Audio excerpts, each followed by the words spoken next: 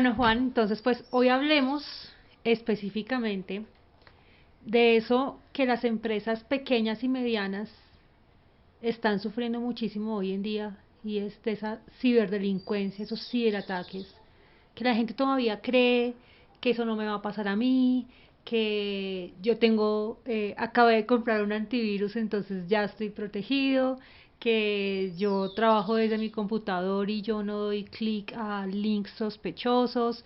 Hablemos un poco de eso y yo creo que cuéntanos, pues si se puede, obviamente, uno de los, no sé, algún caso que hayas tenido recientemente, preferiblemente post pandemia, de algún tipo de estas empresas que hayan tenido un ciberataque importante en su operación. Hombre, lo que pasa es que yo creo que eh, el segmento de... Esto tenemos que comenzar a verlo desde diferentes perspectivas. Ujú. La última vez estábamos hablando, por ejemplo, de que las grandes farmacéuticas, las grandes compañías, Sí, tienen la caja para incluso pagar algunos rescates sí. o mediar con dinero, mejor dicho, los ciberataques, para ponerlo en unos términos más generales. Y nos estábamos preguntando qué pasa con las pequeñas y medianas empresas. Porque de hecho hay más niveles, ¿no? Sí, Está la mediana empresa, está la pequeña empresa y está el empresario independiente que no deja de ser importante. sí. Yo opino que ese segmento realmente de mediana, pequeña empresa y empresarios independientes eh, están igual de expuestos, hay que comenzar por ahí. Es decir, prácticamente hoy en día cualquiera que tenga un activo hacia Internet, cualquiera que tenga una página web, cualquiera que esté haciendo negocios, como se ha puesto tan de moda el tema de la nube, por ejemplo, Ujú. cualquiera que quiera tener una presencia en línea o incluso llevarlo más allá y hacer transacciones, prestar servicios o recibir servicios en línea, está expuesto a un ciberataque. O sea, el e-commerce, ¿no?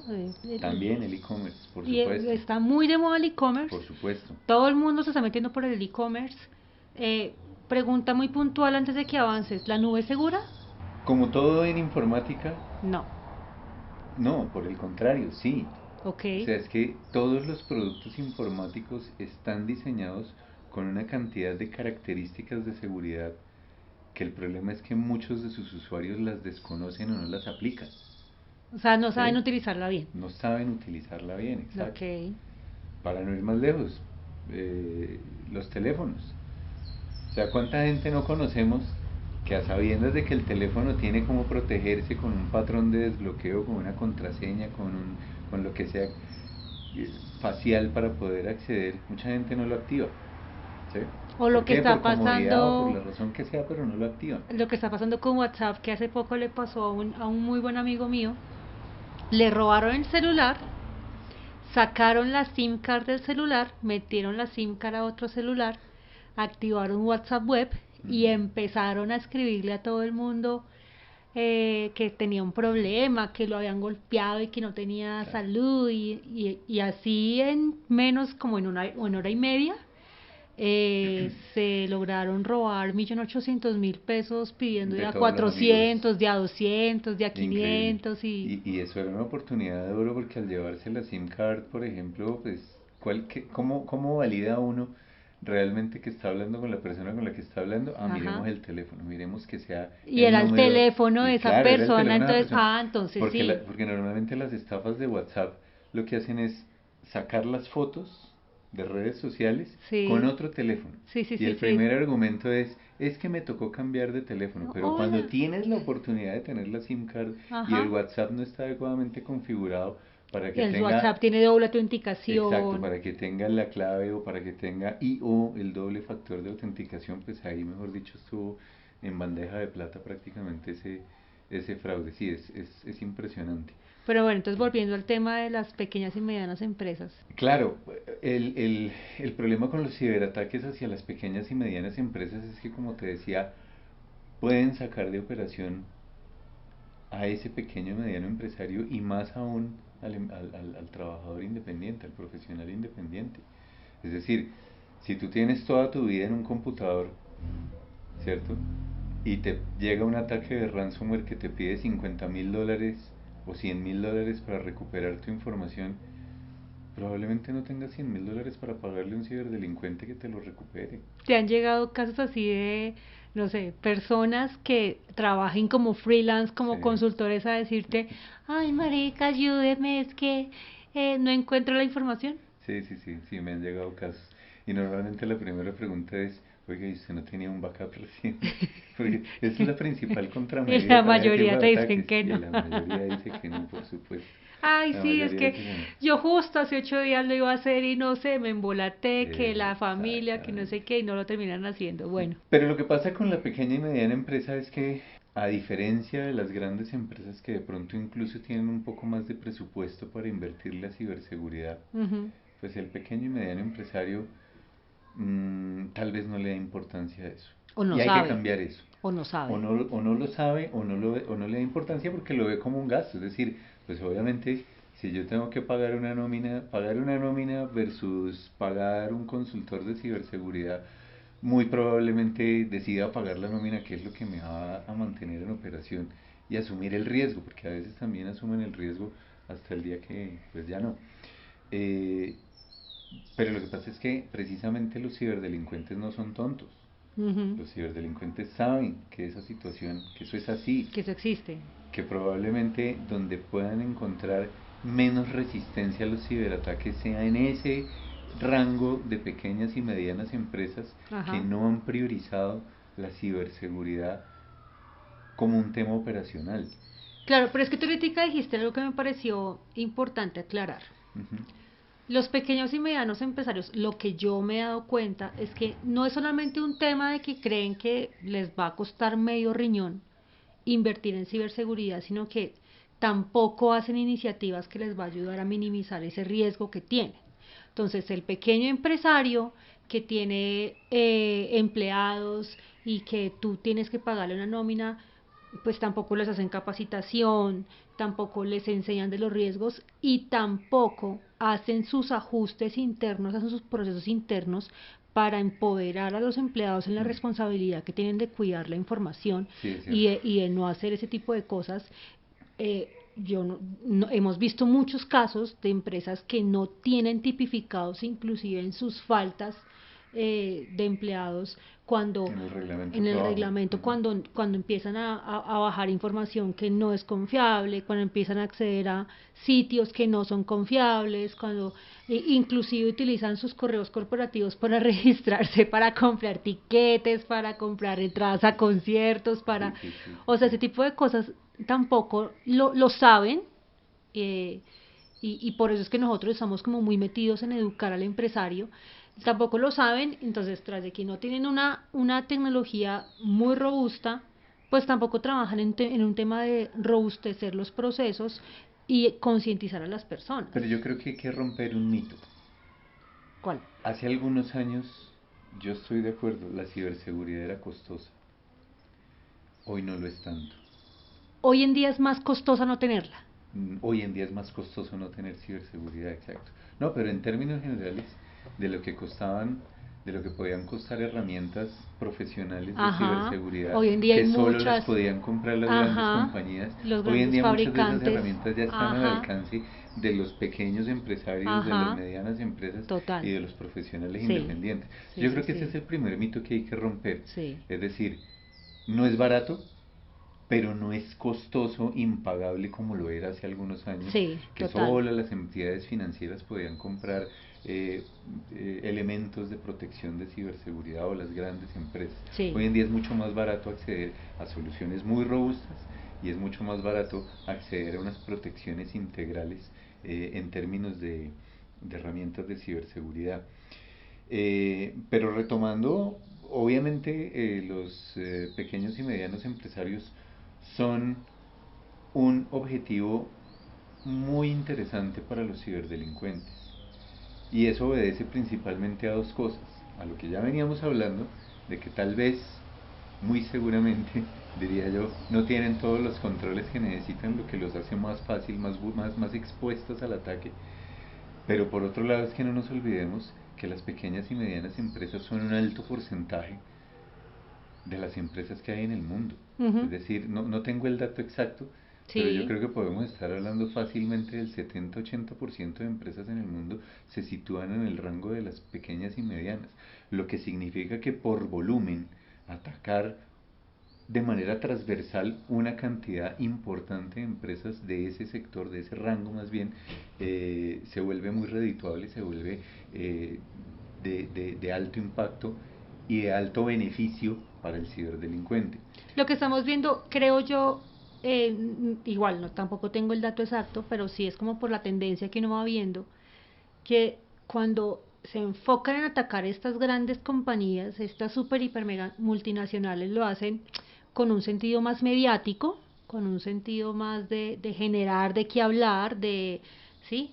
Eh, pero en el día a día, ¿sí? Están Puede haber un buscando sentir político detrás de eso un también, ¿de sentir acuerdo? político, un sentir de protesta, porque además justo, por ejemplo, y qué pena volver al tema, pero Keralty justo fue atacado cuando se empezó a cocinar el tema de la reforma a la salud y cosas así. Hay temas ¿Será? políticos y sociales, ¿Será pues a mí me coinciden, será que hay una relación a mí me entre... coinciden ciertas fechas, uno que se vuelve medio paranoico y conspiranoico con el conspiranoico? tema.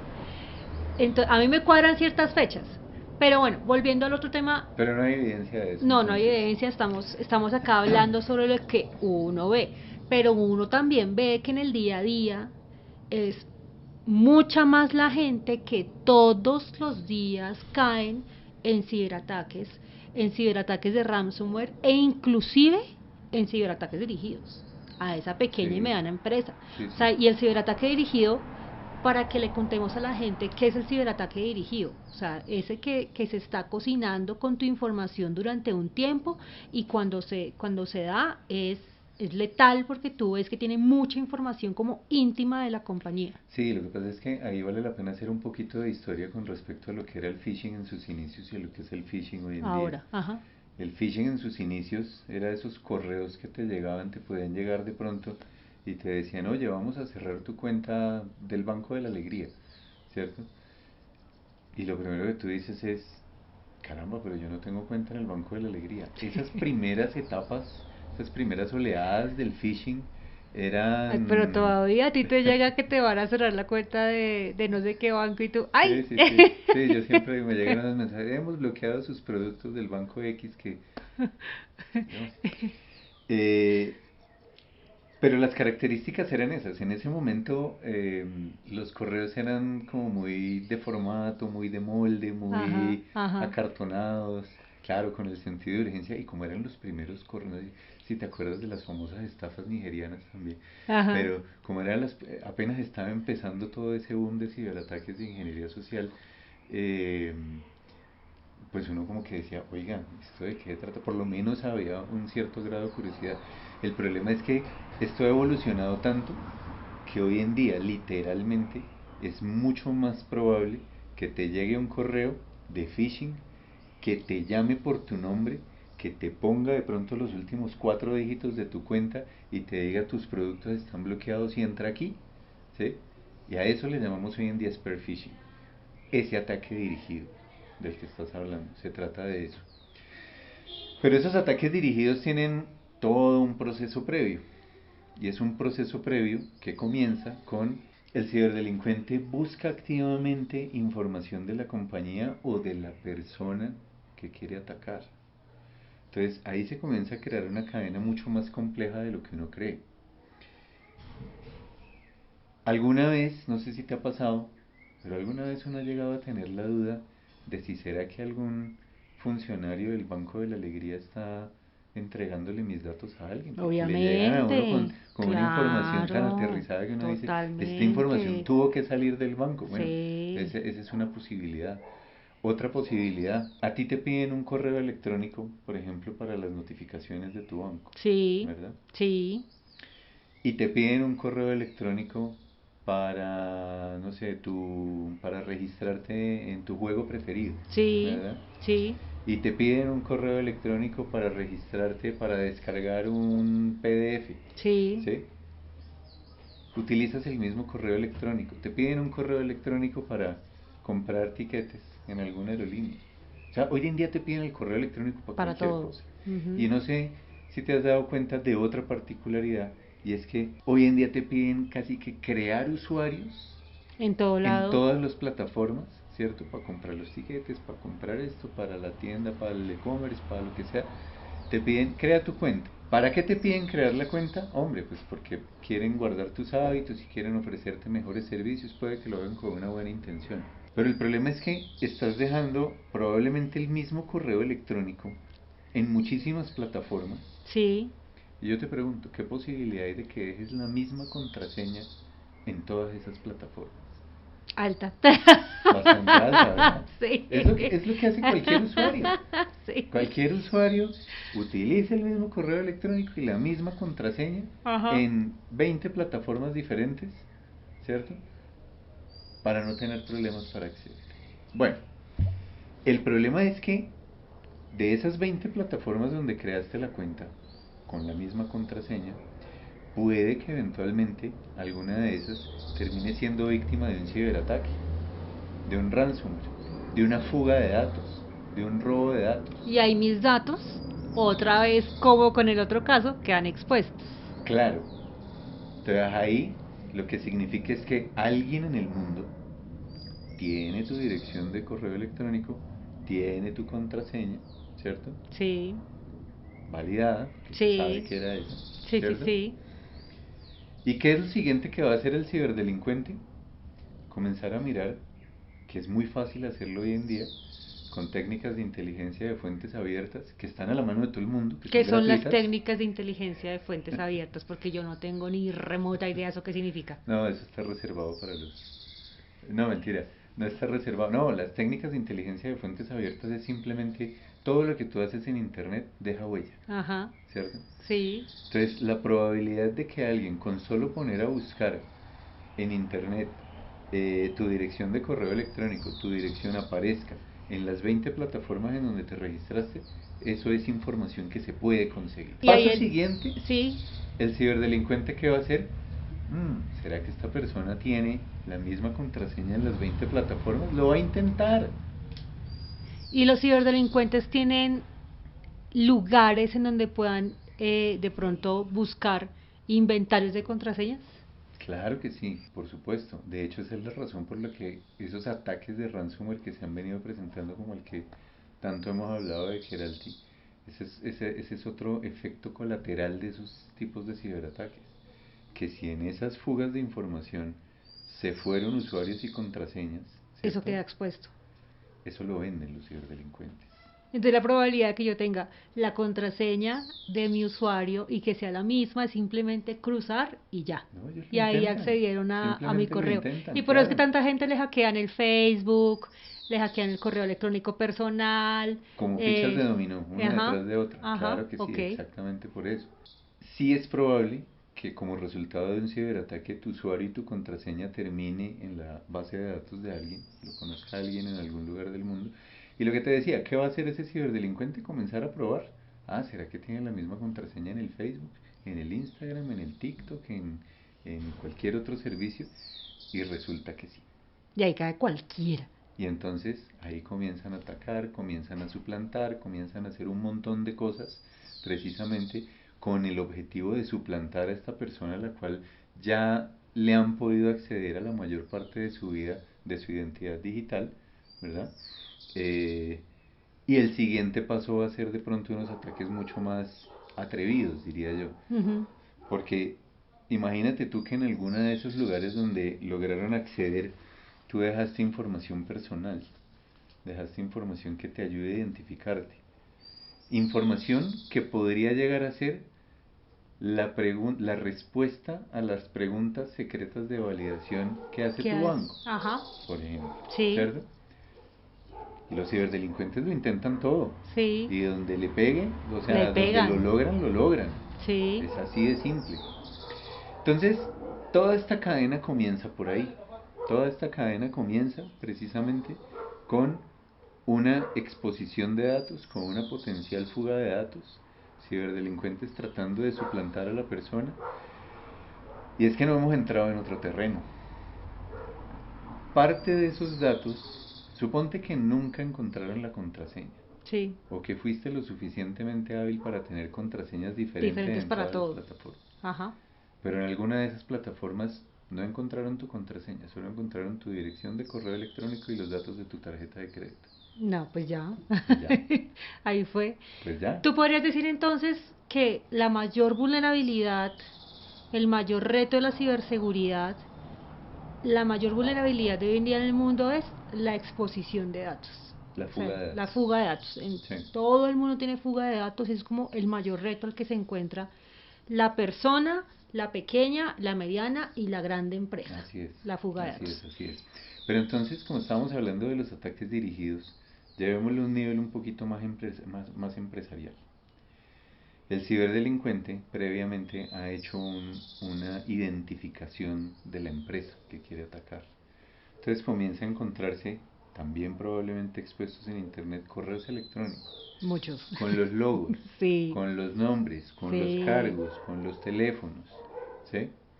Eh, Comienzan a estudiar el discurso que utiliza la persona que van a suplantar en sus correos, cómo escribe, qué palabras utiliza, porque lo que van a buscar después es suplantar ese correo electrónico para que las personas, incluso de la misma empresa, crean al recibir un correo electrónico de esta persona Que es legítimo. que es legítimo, Sí. que es esa persona. El tema de las tarjetas de crédito, sí, yo sé que es muy obvio. Si en una fuga salen tus datos de tarjeta de crédito, pues te las van a reventar prácticamente. Afortunadamente hoy en día ya hay protocolos que ayudan a mitigar un poco más eso. Pero fíjate que uno de los principales dolores de cabeza de los pequeños y medianos empresarios, no sé si tú has visto, yo sé que a ti te gusta comprar bastante cosita por Instagram, por ejemplo. Yo Dice, ay, creo pues tú que tú, sabes que yo que tú amo conoces, Instagram. tú conoces bastantes tiendas de Instagram en donde compras, No, mejor y además dicho, que me gusta apoyar lo apoyar el nacional. talento nacional. Estos empresarios de Instagram, ¿qué es lo que hacen típicamente? Lo que hacen es, probablemente ni siquiera tengan inventario, lo que hacen es, no sé, tal vez algunos utilizan dropshipping, utilizan otras técnicas de mercadeo que hacen que los vuelve intermediarios simplemente de un producto, ¿verdad? Algunos otros sí tienen el stock, sí tienen sus productos, sus prendas, sus velitas, no sé, lo que sea que estén vendiendo. Pero el problema viene en el momento en que, o sea, y hemos visto muchísimos casos así, el problema viene en el momento en que un ciberdelincuente con una tarjeta robada, ¿cierto? Con los datos de una tarjeta, hace una compra efectiva. Este ciberdelincuente hace la compra efectiva, recibe el producto, ¿verdad? Y luego el dueño real de la tarjeta dice, oiga, yo nunca compré eso. Duro. Bueno, cuéntanos, ¿tienes un ejemplo? Es duro y ¿sabes por qué es duro? Porque el problema de los contracargos, que ese es el nombre técnico de lo que sucede ahí en ese caso, es que dejan a ese pobre emprendedor en la mitad. Sí, claro. Sin el Él ya envió el producto y sin el producto dinero. sin el producto y el banco no les va a entregar el dinero porque está en disputa. Se Ajá. quedaron sin el producto y sin el dinero. Ese es el verdadero Y problema ahí el para empresario este la tipo de tiene muy empresarios. complicada para comprobar que efectivamente esa persona dueña de la tarjeta fue quien le hizo la compra. O sea, es muy Exacto. complicado como generar esa evidencia para que diga, no, es que esta compra fue legítima. Pues nosotros estamos atendiendo precisamente ahorita un caso, por supuesto, cuyo nombre no puedo mencionar, en donde el fraude de contracargos llevó básicamente a unos 3 millones de dólares. 3 millones de dólares. 3 millones de dólares en contracargos, en dinero, en productos que fueron entregados. Obviamente no estoy hablando de un empresario de Instagram, Sí, sí, sí. en productos que fueron entregados y dinero que fue retenido por los bancos. Y ese es un proceso en el que llevamos trabajando, yo creo que por lo menos un par de años, en tratar de resolverlo desde diferentes aristas, desde la aseguradora, desde el banco, desde el mismo, eh, desde la misma empresa. Eh, y ha sido muy difícil, realmente ha sido muy difícil, precisamente por lo que dices, es decir, llegar a entender, llegar a saber si la persona, sobre todo porque aquí se abren otra serie de posibilidades, yo solo te conté una es que hayan sido tarjetas efectivamente robadas por ciberdelincuentes en algún lugar del mundo. ¿Qué pasa si yo, como dueño de mi tarjeta, que también es un escenario posible, hago la compra, recibo el producto y luego objeto la compra? Yo mismo lo hice. Claro, es una estafa, es un fraude, es un tema pues, Eso, que se sí, sale de eso, todos los niveles, sí, pero también puede pasar.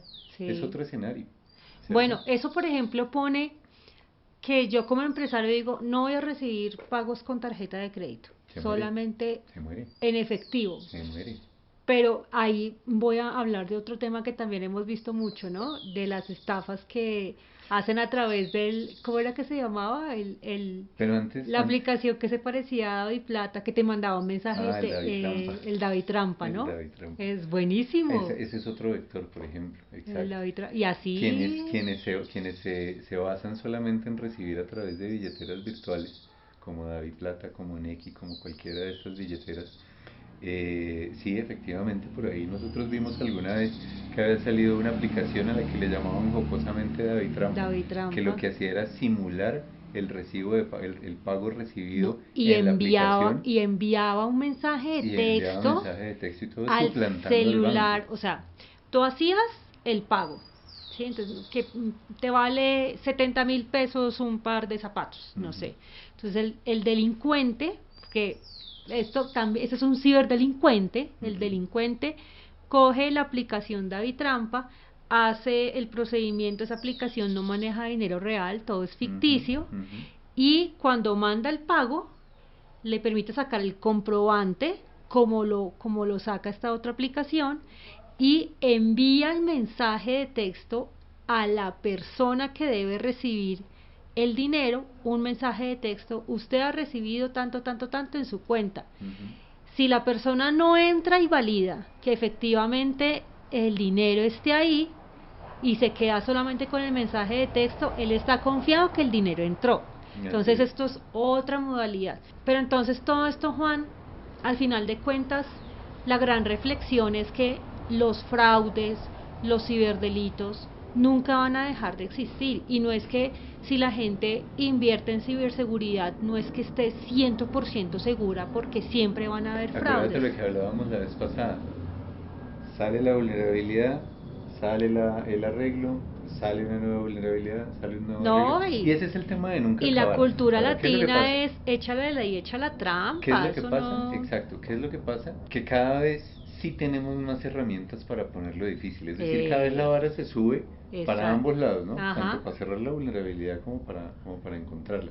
Pero un breve tema ahí con respecto a lo que estábamos hablando de esta aplicación fraudulenta.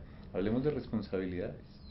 Por ejemplo, el banco no tiene ninguna responsabilidad frente a una actuación de esas. Es decir, no le pueden ir a reclamar al banco por una transacción ficticia en la cual usted cayó eh, por buena gente, será. ¿Sí? Entonces, también es importante tener en cuenta en medio de todo esto las responsabilidades reales, porque claro, existen situaciones que pueden ser atribuibles a la entidad financiera, otras pueden ser atribuibles al ciberdelincuente, otras al cliente final, al usuario final, pero siempre es importante establecer esas responsabilidades. No, y también que es importante que la gente aprenda, o sea, que la gente todo el tiempo esté buscando cuáles son las tendencias de fraudes, porque es que la gente cree que eso le pasa al otro y no le pasa al Que uno. no sean tan confiados. Y sí, no, Sí, y que claro. aprenda, o sea, es decir, uno no Confía pero solamente se tiene que verifica. quedar con con los casos mediáticos. Ujú. Ay, tenaz lo que le pasó ay, tenaz lo que le pasó al otro. No, Sí. asimismo en la internet también se puede encontrar mucha información de tendencias de ataques, de fraudes, de ataques, de tendencias de fraudes, perdón, por ejemplo, esta aplicación, yo he visto muchos artículos independientes que explican cómo es que funciona. Por ahí hay un video que se hizo viral Ujú. de un pelado que lo grabó cómo funcionaba.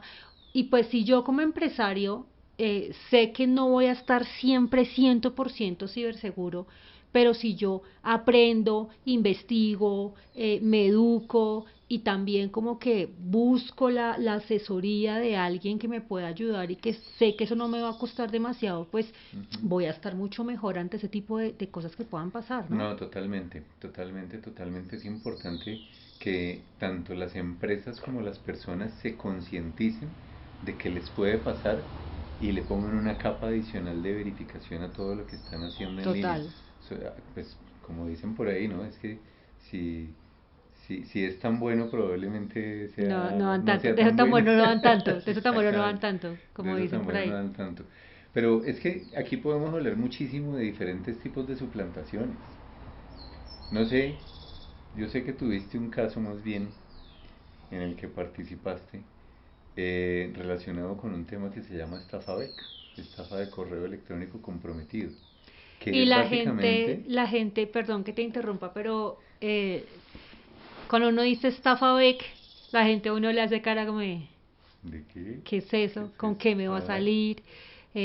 ¿Cómo así que técnicamente qué voy a tener? Y es simplemente que alguien utilizó un dominio que se parece, Ujú. ¿sí? Y pues hablemos de este caso de esta empresa, es una empresa del sector real.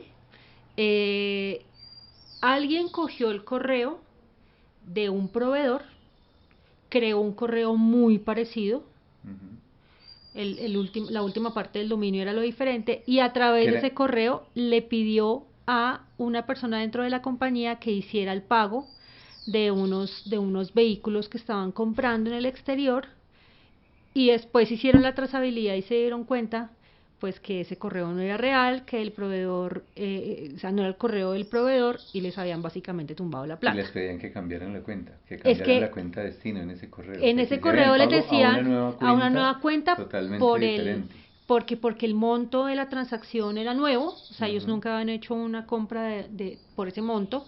Entonces, como ese monto era nuevo, entonces mándeme la plata de este banco, Ujú. porque como que el otro no me puede recibir más plata, una Ajá, cosa así. sí, sí, sí. Entonces, mándeme a este banco y pues claro, lo peor de todo es que ellos antes de hacer el pago hicieron todas las validaciones que pudieron hacer y comprobaron que efectivamente la cuenta era real y sí existía, y o sea, tenían identificado el banco, o sea, tenían verificado que la cuenta sí existía, el Ujú. banco sí existía, el banco era real, todo el Ujú. tema, pero al fin de cuentas hicieron el pago a ese banco y la plata no duró nada en ese banco, salió otro banco internacional y ya se perdió el rastro de Y la se plata. perdió la trazabilidad. Y les tumbaron $1 millón, ¿no? Básicamente estamos hablando precisamente de un tema de suplantación y fíjate que ahí se puede ver puesta en escena todo lo que hemos venido conversando el día de hoy. Es decir, hubo una investigación previa, sabían a quién tenían que escribirle, sabían a quién tenían que suplantar, sabían con qué palabras tenían que hacerlo, sabían que iban a hacer esa transacción, Sí, ¿verdad? eso Que debían fue, hacer esa eso fue una transacción estafa dirigida. supremamente dirigida. Sabían que iban a hacer esa transacción y mandaron el anzuelo. El anzuelo Que es entre el otros, correo simulando de un dominio parecido pero sí, diferente en la sí, práctica. sí, El correo simulando la solicitud de cambio de banco y de cuenta. sí, ¿Para qué? Para poder desviar esos que fondos. entre otras Y cosas, eso es muy común. y entre otras cosas nos dimos cuenta que el correo de la persona de la empresa que tenía que hacer la compra, el que les envió el comprobante listo, ya pusimos la plata, se estaban logueando ese correo en una IP al otro lado del mundo, Ujú. en unos horarios súper extraños. O sea, estaba comprometido el correo de esa Ujú. persona al interior de la compañía. Entonces, al fin eso tiene como que Perdón, todo, ¿no? y eso hace clic también con lo otro que estábamos hablando. Probablemente si estaba comprometido el correo de esa persona, era porque su contraseña pudo haber caído en alguna fuga de datos, alguna fuga de Eh, información o pudo haber expuesta en Deep sido, Dark Web, o pudo haber sido alguien al interior de la compañía, que o también nos ha pasado, pudo ser facilitado por también nos ha alguien pasado, dentro de la también compañía, ¿de hemos acuerdo? podido identificar ya con técnicas mucho más psicológicas al interior de la compañía quién, porque no está tan contento, no está tan a gusto, no se Ujú. siente tan feliz, pero es un silencioso, ¿Quién realmente quiere hacer el daño? te Sí, puede estar ahí cocinando un daño a tu compañía, ¿no? de Entonces, acuerdo. hoy en día la gente habla mucho de, ay, el clima laboral, yo estoy contento, no estoy contento, de cómo hacer para retenerlos.